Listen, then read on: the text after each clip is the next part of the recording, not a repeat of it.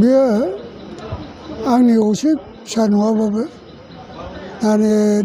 आंनि एखेबारे गोरबोजों मोजां मोननाय सासे फिसा जाहैबाय।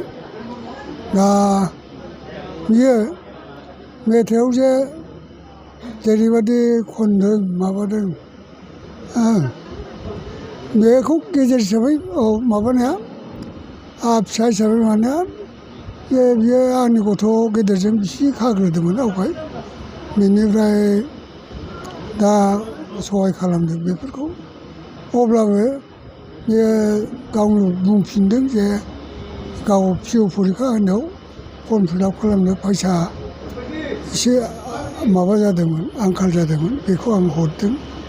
बेनिफ्रायनो बियो गावनि जिउखौ दिंग्रायदों होननानै बियो आंखौ एखेबारे आंगो बिफा होननानै मानिना लादों।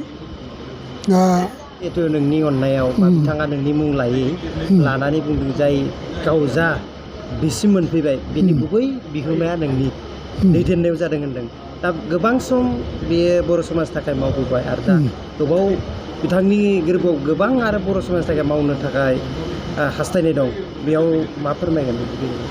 बिनि मेथाइ आरो बिनिफ्राय खन्थाइ जेरावबो माने नुनो मोनबाय जे बेहा उपेन्द्रनाथ ब्रह्मनि जि उद्देश्य आरो थांखि लानानै 1987 नामा 87 सननिफ्राय जे आन्दलन खालामदों, बे आन्दलनाव बियो फ्राय नांथाबबोदों आरो बिनि माबा आदर्शफोरखौ बे फुरा मिथिनो मोनदों।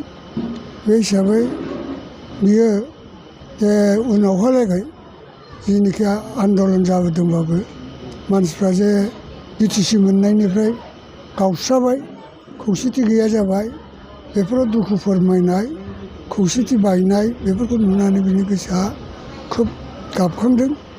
बे हिसाबैनो बे खन्थाइफ्राव खौसेथि गैयैनि थाखायनो बा मानसिफ्रा फोथायखेबस' खालामबाय होननानै बे मेथाइ सुजुदों। दा बेफोर खोथाफ्रा सयथ' गाव गोसो माबाजों मोनदांजोबनाय बेफोर खन्थाइ। दा अब्लाबो बियो गोसो बायाखै जे बियो सानसे समाव आरो खौसेथि जाफिनगोन। बेखौ